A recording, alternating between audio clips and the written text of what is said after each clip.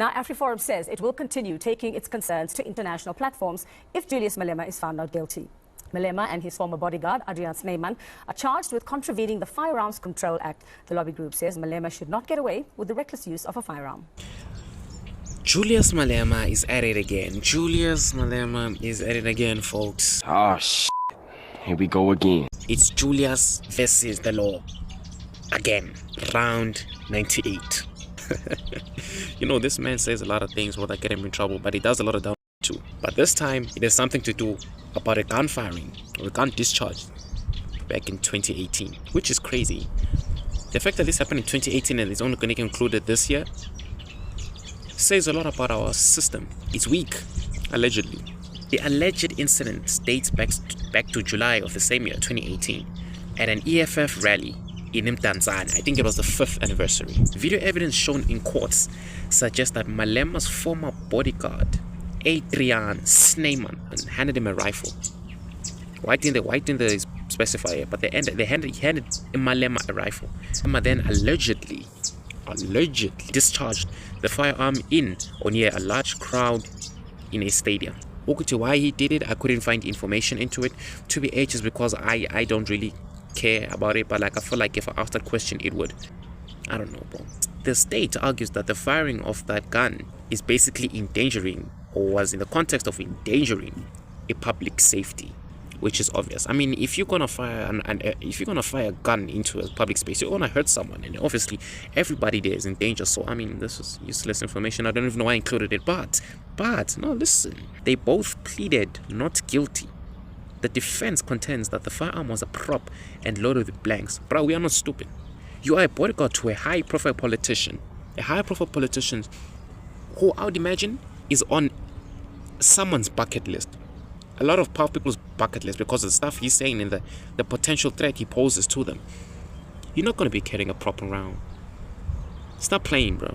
The charges that are being faced are unlawful possession of a firearm and ammunition, or in this case, the unlawful possession of a prop, discharging a firearm in a public place, reckless endangerment of human species. Point is, bro, this nigga was reckless, okay?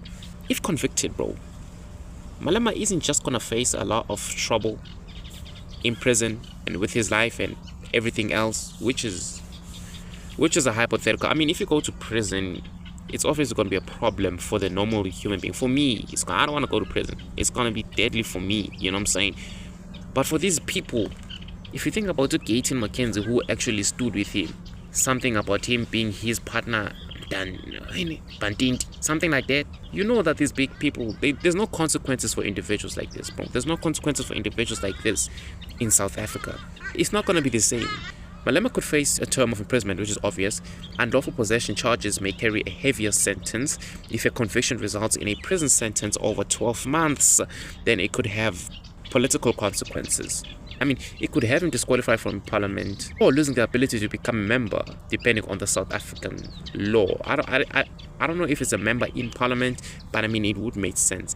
One thing I'm going to raise again is, I was under the impression that if you have a criminal record, then you are not able, it's very difficult to get a job. But I'm still like, how are formerly convicted individuals, members of a parliament?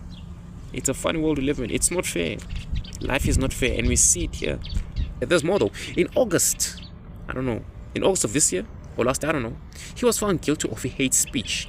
Something about it to bully poor, you know? We'll kill the poor. We'll kill the poor.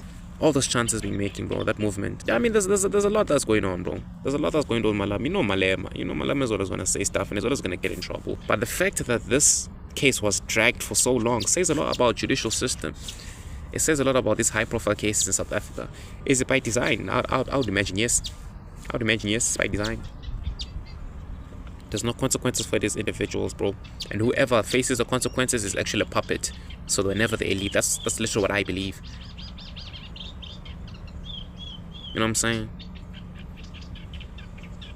But I feel like at the end of the day, and I know I say at the end of the day a lot, but I feel like at the end of the day, bro, there's no consequences for these big people. And I said it before and I say it again, there's no consequences for the individuals. The reason why